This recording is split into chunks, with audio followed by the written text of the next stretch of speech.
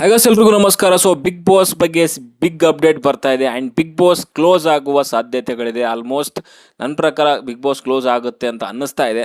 Because Karnataka state control ಬೋರ್ಡಿಂದ notice ಕೂಡ ಜಾರಿ ಮಾಡಿದ್ದಾರೆ. ಇವಾಗ ಕರೆಕ್ಟಾಗಿ ಏನಾದರೂ ಕ್ಲೋಸ್ ಮಾಡಿಲ್ಲ ಅಂತಂದರೆ ಅದು ಏನಿದೆ ಲೀಗಲ್ ಆ್ಯಕ್ಷನ್ಗಳನ್ನ ಅನುಭವಿಸಬೇಕಾಗತ್ತೆ ಅಂತ ಹೇಳಿ. ಅದಕ್ಕೋಸ್ಕರನೇ ಇವಾಗ ಗೇಟ್ಗಳನ್ನು KSPCB ಇಂದನೇ ಕ್ಲೋಸ್ ಮಾಡ್ತಾ ಇದ್ದಾರೆ. ಇದು ನಿಜವಾಗ್ಲೂ ನೆಗ್ಲಿಜೆನ್ಸಿ ಅಂತಲೇ ಹೇಳ್ತೀನಿ. ಬಿಗ್ ಬಾಸ್ದ ಖಂಡಿತವಾಗ್ಲೂ ಅಲ್ಲ. ಬಿಗ್ ಬಾಸ್ದು ಅಥವಾ ಬಿಗ್ ಬಾಸ್ ಟೀಮ್ದು ಇದು ನೆಗ್ಲಿಜೆನ್ಸಿ ಅಲ್ಲ. ಅದು ಜಾಲಿವುಡ್ ಸ್ಟುಡಿಯೋ ಅಂತ ಏನಿದೆ, ಇದು ಬಿಡದಿ ಹತ್ರ ಇರುವಂಥದ್ದು. ಮುಂಚೆ ಇನೋವೇಟಿವ್ ಫಿಲಮ್ ಸಿಟಿ ಅಂತ ಹೇಳ್ತಾ ಇದ್ರು. ಅದನ್ನು ಆಮೇಲೆ ರಿನೋವೇಟ್ ಮಾಡಿ ಅದನ್ನು ಇವಾಗ ಜಾಲಿವುಡ್ ಸ್ಟುಡಿಯೋ ಅಂತ ಮಾಡಿದ್ದಾರೆ. ಬಟ್ ಈ ಒಂದು ಜಾಲಿವುಡ್ ಸ್ಟುಡಿಯೋ ಒಳಗಡೆಗೆ ನಮ್ಮ ಒಂದು ಬಿಗ್ ಬಾಸ್ ಸೆಟ್ಟನ್ನು ಹಾಕಿದ್ರು. ಮುಂಚೆ ರಾಮೋಳಿ ಹತ್ರ ಒಂದು ಸೆಟ್ ಇತ್ತು, ಅದಾದ್ಮೇಲೆ ಅಲ್ಲಿಂದ ತೆಗೆದು ಜಾಲಿವುಡ್ ಸ್ಟುಡಿಯೋದಲ್ಲಿ ಹಾಕಿದ್ರು. ಬಟ್ ಇವಾಗ ಪ್ರಾಬ್ಲಮ್ ಏನಾಗಿದೆ ಅಂತಂದರೆ, ಜಾಲಿವುಡ್ ಸ್ಟುಡಿಯೋಗೆ KSPCB ಇಂದ ನೋಟಿಸ್ ಕೊಟ್ಟಿದ್ದಾರೆ. ಅದು ಆ್ಯಕ್ಚುಲಿ ಕೊಟ್ಟಿರುವಂಥ ನೋಟಿಸು ಇವಾಗ ಅಲ್ಲ, 2 ನೋಟಿಸ್ ಕೊಟ್ಟಿದ್ದಾರಂತೆ. 2024ರಲ್ಲೇ ಒಂದು ನೋಟಿಸ್ ಕೊಟ್ಟಿದ್ದಾರಂತೆ. ಅಂದರೆ ಇವರು ಅಲ್ಲಿಂದ ಹೊರಗಡೆ ಹೋಗುವಂಥ ಒಂದು ಪೊಲ್ಯೂಷನ್ ಏನಿದೆಯಲ್ಲ, ಪೊಲ್ಯೂಷನ್ ಮಾಡ್ತಿದ್ದಾರೆ. ಅಲ್ಲಿರುವಂಥ ನೀರಾದರೂ ಆಗಿರ್ಬೋದು ಅಥವಾ ಬೇರೆ ಯಾವುದೇ ಒಂದು ತ್ಯಾಜ್ಯ ಆದರೂ ಆಗಿರ್ಬೋದು, ಅದನ್ನು ಫಿಲ್ಟರ್ ಮಾಡಿ ಬಿಡ್ತಾ ಇಲ್ಲ. ನಾರ್ಮಲಿ ನೀವು ಒಂದು ಕಮರ್ಷಿಯಲ್ ಬಿಲ್ಡಿಂಗ್ ಇದೆ ಅಂತಂದರೆ ಅಲ್ಲಿಂದ ಏನಾದರೂ ನೀರು, ಎಕ್ಸಾಂಪಲ್ ಇವಾಗ STP ವಾಟ್ರು, ನಿಮಗೆ ಟಾಯ್ಲೆಟ್ ನೀರು ಇದೆಲ್ಲ ಏನಿರುತ್ತಲ್ಲ, ಅದನ್ನು ಹೊರಗಡೆ ಎಲ್ಲಿಗಾದ್ರೂ ಮೋರಿಗೆ ಎಲ್ಲಿಗಾದ್ರೂ ಬಿಡಬೇಕು ಅಂತ ಅದನ್ನು ಫಿಲ್ಟರ್ ಮಾಡಿಬಿಡಬೇಕಾಗತ್ತೆ. ಸುಮ್ಮನೆ ಹಾಗೆ ಹೀಗೆ ಬಿಡೋಕ್ಕಾಗಲ್ಲ. ಪ್ರತಿಯೊಂದು ಕೂಡ ಅಲ್ಲಿ ನಡೆಯುತ್ತೆ. ಇವಾಗ ಜನರೇಟರ್ ಓಡ್ತಾ ಇದ್ದರೆ ಎಷ್ಟು ನಿಮ್ಮದು ಪೊಲ್ಯೂಷನ್ ಮಾಡ್ತಿದೆ, ಸ್ಮೋಕ್ ಯಾವ ರೀತಿಯಲ್ಲಿದೆ, ಎಷ್ಟು ನೀವು ಡೀಸೆಲ್ ಕನ್ಸ್ಯೂಮ್ ಮಾಡ್ತಿದ್ದೀರಾ, ಆಯಿಲ್ ಯಾವ ರೀತಿಯಲ್ಲಿ ಯೂಸ್ ಮಾಡ್ತಿದ್ದೀರಾ, ಎಷ್ಟು ನೀವು ವೇಸ್ಟ್ನ ಜನರೇಟ್ ಮಾಡ್ತಿದ್ದೀರಾ, ಅದನ್ನು ಕರೆಕ್ಟಾಗಿ ಡಿಸ್ಪೋಸ್ ಮಾಡ್ತಿದ್ದೀರಾ ಅನ್ನೋದ್ರ ಬಗ್ಗೆ ಅಲ್ಲಿ KSPCB ಏನಿರುತ್ತೆ ಅದು ನಿಗಾ ವಹಿಸುತ್ತೆ, ಕಮರ್ಷಿಯಲ್ ಬಿಲ್ಡಿಂಗ್ ಇದ್ದರೆ. ಬಟ್ ಇವರು ಎಲ್ಲನೂ ಕೂಡ ಗಾಳಿಗೆ ತೂರಿ ನೀರು ಬಿಡುವಂಥದ್ದಾಗಿರ್ಬೋದು, ಅಡ್ಡಾದಿಡ್ಡಿ ತ್ಯಾಜ್ಯಗಳನ್ನು ಹೊರಗಡೆ ಬಿಡ್ತಿದ್ದಾರಂತೆ. ಅದು ಪೊಲ್ಯೂಷನ್ಗೆ ಕಾರಣ ಆಗುತ್ತೆ.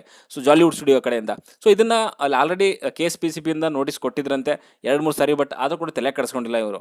ಓಕೆ, ಅದನ್ನು ಇವಾಗ ಅದನ್ನು ಸೀರಿಯಸ್ ಆಗಿ ತೊಗೊಂಡು may be big boss show ನಡೀತಾ ಇದೆ. ಅದಕ್ಕೋಸ್ಕರ ಸ್ವಲ್ಪ ನಾವು ಕೂಡ ಹೋಗಿ ಈ ಥರ ಏನಾದರೂ ಮಾಡಿದ್ರೆ ಮೇ ಬಿ ಹೆಸರು ಬರುತ್ತೆ ಅನ್ನೋವಂಥದ್ದು ಅವ್ರಿಗೂ ಇರ್ಬೋದೇನೋ. ಯಾರವರು ತಹಸೀಲ್ದಾರ್ ಹೋಗಿದ್ದಾರೆ, ತೇಜಸ್ವಿನಿ ಅನ್ನೋಂಥವ್ರು. ಅವ್ರಿಗೂ ಕೂಡ ಇವಾಗ ಸ್ವಲ್ಪ ಏನೋ ಮಾಡ್ತಿದ್ದಾರೆ ಅನ್ನೋದು ಕೂಡ ಸಿಗ್ಬೋದು ಹೆಸರು. ಅದಕ್ಕೋಸ್ಕರನೇ ಈಗ ಮಾಡಿದ್ದಾರೆ ಅಂತ ಅನಿಸುತ್ತೆ. ಬಟ್ ಈ ಜಾಲಿವುಡ್ ಸ್ಟುಡಿಯೋ ಮಾಡಿರೋಂಥ ಕಿತಾಪತಿಯಿಂದ ಇವಾಗ ಬಿಗ್ ಬಾಸ್ಗೂ ಕೂಡ ಪ್ರಾಬ್ಲಮ್ ಆಗಿದೆ ಅಂತ ಹೇಳ್ಬೋದು. ನನ್ನ ಪ್ರಕಾರ ಬಿಗ್ ಬಾಸ್ ಅಟ್ಲೀಸ್ಟ್ ಕೇಳ್ಬೋದಾಗಿತ್ತು, ನೀವು ಈ ಪೊಲ್ಯೂಷನ್ದು KSPCB ಯಾವ ರೀತಿಯಲ್ಲಿ ಹ್ಯಾಂಡಲ್ ಮಾಡ್ತಿದ್ದಾರೆ, ಡಾಕ್ಯುಮೆಂಟ್ಸ್ ಕೊಡಿ ಹಾಗೆ ಹೀಗೆ ಅಂತೆಲ್ಲ ಅಟ್ಲೀಸ್ಟ್ ಕೇಳ್ಬೋದಾಗಿತ್ತು ಈ ಯಾರು ಕಲರ್ಸ್ ಕನ್ನಡ ಅಥವಾ ಬಿಗ್ ಬಾಸ್ ಟೀಮ್ ಅವರು. ಬಟ್ ಇವರು ಕೂಡ ಅದನ್ನ ಬಗ್ಗೆ ಜಾಸ್ತಿ ತಲೆ ಕೆಡಿಸ್ಕೊಂಡಿಲ್ಲ ಅನಿಸುತ್ತೆ. ಅದಕ್ಕೋಸ್ಕರ ಪದೇ ಪದೇ ಬಿಗ್ ಬಾಸ್ ಟೀಮಿಗೆ ಈ ಥರ ಆಗ್ತಿರುವಂಥದ್ದು. ಈ ರಾಮೋಳಿಲಿದ್ದಾಗ ಕೂಡ ಅಷ್ಟೇ, ಜಾಗದ ವಿಚಾರದಲ್ಲಿ ಸಿಕ್ಕಾಪಟ್ಟೆ ಒಂದು ಕಾಂಟ್ರವರ್ಸಿ ಆಯಿತು. ಅದಾದಮೇಲೆ ಇವಾಗಲೂ ಕೂಡ ಅದೇ ರೀತಿಯಲ್ಲಿ ಅಂತಂದರೆ ನನ್ನ ಪ್ರಕಾರ ಏನು ಹೇಳೋದು ಅಂತ ಅರ್ಥ ಆಗ್ತಿಲ್ಲ. ಆ್ಯಂಡ್ ಇನ್ನೊಂದೇನು ಅಂತಂದರೆ, ಇದನ್ನು ಸಾಲ್ವ್ ಮಾಡ್ಕೊಬೋದು. ಬಿಕಾಸ್ ಇವರು ನೆಗ್ಲಿಜೆನ್ಸಿ ಮಾಡಿದ್ದಾರೆ. ಬಟ್ ಅದನ್ನು ಅವರು ಸ್ವಲ್ಪ ಸೀರಿಯಸ್ ಆಗಿ ತೊಗೊಂಡಿದ್ದರೆ ಬೆಟರ್ ಆಗಿರೋದು. ಬಟ್ ಇವಾಗಲೂ ಅಷ್ಟೇ, ಅಂಥ ಒಂದು ದೊಡ್ಡ ವಿಷಯ ಏನಲ್ಲ ಅದು. ಯಾಕಂದರೆ ಬೇರೆ ಬೇರೆ ಕಮರ್ಷಿಯಲ್ ಬಿಲ್ಡಿಂಗ್ ಆದರೂ ಆಗಿರ್ಬೋದು, ಸುಮಾರು ಕಂಪ್ನಿಗಳು ಎಷ್ಟು ಒಂದು ಈ ಪೊಲ್ಯೂಷನ್ ಮಾಡ್ತಾರೆ ಅಂತಂದರೆ, ನಮ್ಮ ಬೆಂಗಳೂರಲ್ಲಿರುವಂಥ ಕೆರೆಗಳೆಲ್ಲನೂ ಆ ನೊರೆ ಎಲ್ಲ ಬಂದುಬಿಡುತ್ತೆ. ಇವ್ರು ಮಾಡೋವಂಥ ಉಚ್ಚೆ ಅದು ಇದು ಎಲ್ಲನೂ ಬಂದ್ಬಿಟ್ಟು ಅಲ್ಲಿ ಕೆರೆಗಳಿಗೆ ಬಂದು ಸೇರ್ಕೊಂತಿದೆ. ಅದಕ್ಕೆಲ್ಲ ತಲೆ ಕೆಡಿಸ್ಕೊಳ್ಳಲ್ಲ ಇವರು. ಇದು ಯಾವುದೋ ಒಂದು ಶೋ ನಡೀತಿದೆ ಅನ್ನೋದಕ್ಕೋಸ್ಕರ ಇಲ್ಲಿ ಬಂದ್ಬಿಟ್ಟು ದೊಡ್ಡದಾಗಿ ಏನೋ ದಬಾಗ್ತಿದೀವಿ ಅನ್ನೋ ರೇಂಜಿಗೆ ಹಾಕ್ತಿದ್ದಾರೆ. ಹಾಕ್ಲಿ, ಇಲ್ಲ ಅಂತ ಹೇಳ್ತಿಲ್ಲ ನಾನು.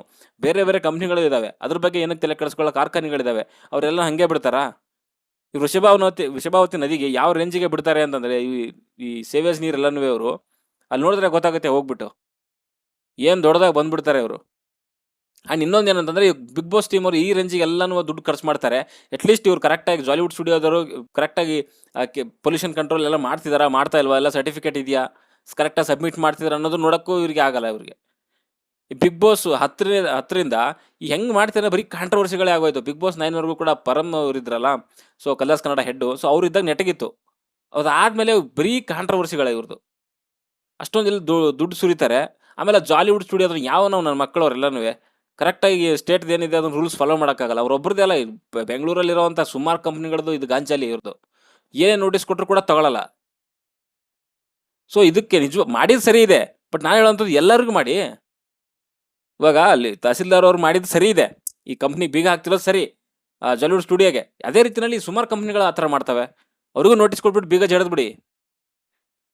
ಈಗ ಗೊತ್ತಿಲ್ಲ, ಬಟ್ನಲ್ಲಿ ಮಾಡ್ತಿದ್ದಾರೆ. ಇದು ಬಿಗ್ ಬಾಸ್ ನನ್ನ ಪ್ರಕಾರ ಸ್ಟಾಪ್ ಆಗುವಂಥದ್ದು ತುಂಬ ಕಮ್ಮಿ. ಯಾಕಂದರೆ ತುಂಬ ದುಡ್ಡು ಹಾಕಿರ್ತಾರೆ, ಮನೆಗೆ ಖರ್ಚು ಮಾಡಿದ್ದಾರೆ, ಕೋಟಿಗಟ್ಟಲೆ ಹಾಕಿರ್ತಾರೆ, ಕಂಟೆಸ್ಟೆಂಟ್ ಇದ್ದಾರೆ. ಮತ್ತೆ ಇವಾಗ ಸ್ಟಾಪ್ ಆದರೆ ಸ್ವಲ್ಪ ದಿನ ಬಿಗ್ ಬಾಸ್ನ ಬಿಗ್ ಬಾಸ್ಗೆ ಏನು ಅಂದರೆ ಹೈಪ್ ಬರುತ್ತೆ ಇವಾಗ, ಅದರಲ್ಲಿ ಎರಡನೇ ಮಾತೇ ಇಲ್ಲ.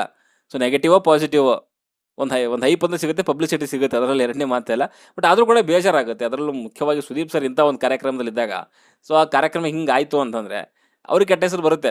ಸುದೀಪ್ ಅವ್ರಿಗೆ.